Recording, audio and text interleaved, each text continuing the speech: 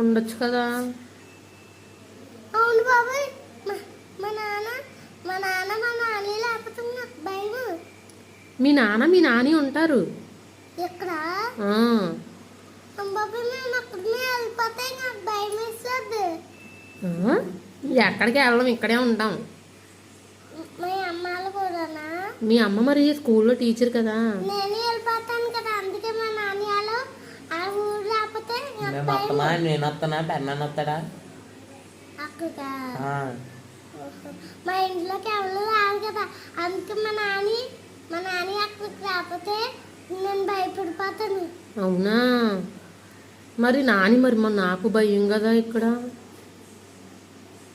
మీ అమ్మ ఉంటారు కదా.